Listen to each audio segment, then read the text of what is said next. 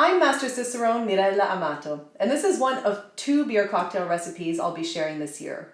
Those on my Beerology mailing list will know that for the holidays every year, I create and share a new beer cocktail, and that's what I'll be doing in the next video.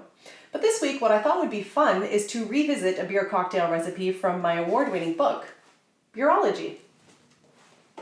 So this is a recipe I would have created around 2012 in my very early days playing with beer cocktails. I have since studied mixology, but back then I just experimented and went by feel. So I do find it fun to go back and revisit these early recipes.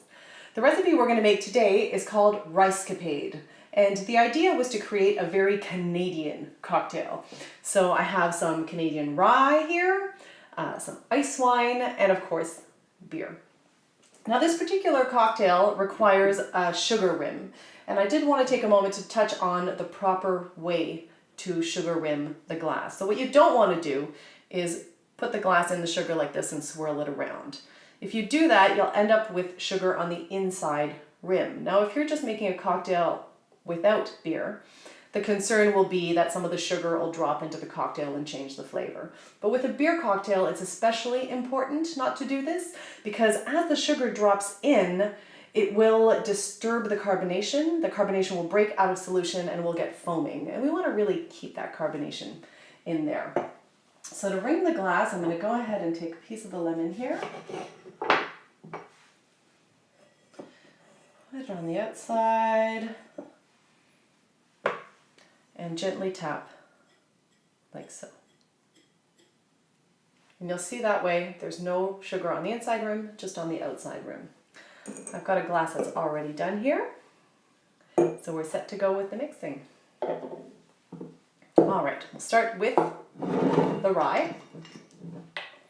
We'll use a 1/2 ounce.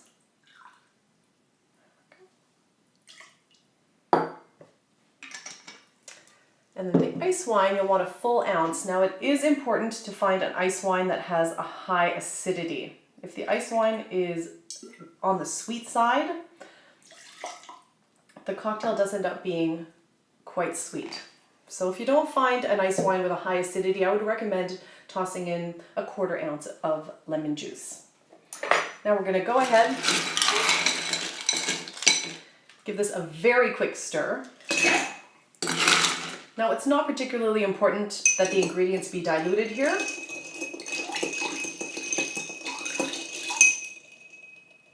The main reason I'm stirring is to chill down these ingredients. So this is something I learned when I first started mixing beer cocktails, is that if these ingredients aren't chilled, when the beer hits, because the beer is warm, the beer is cold and the ingredients are warm, the change of temperature again will break the carbonation out of solution, and that's not something we want.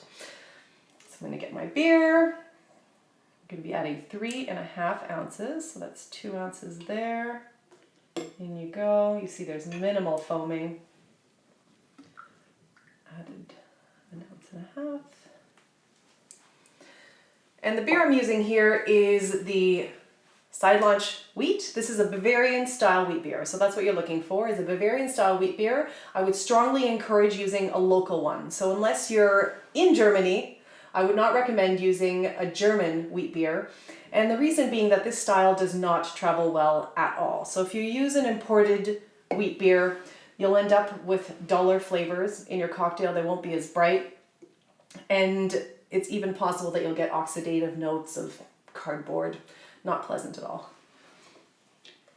Just gave it a little stir there, and for the garnish, we're going to use just a little bit of lemon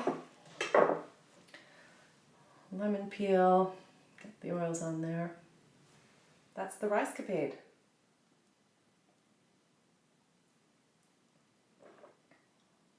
Oh yeah. See you next week.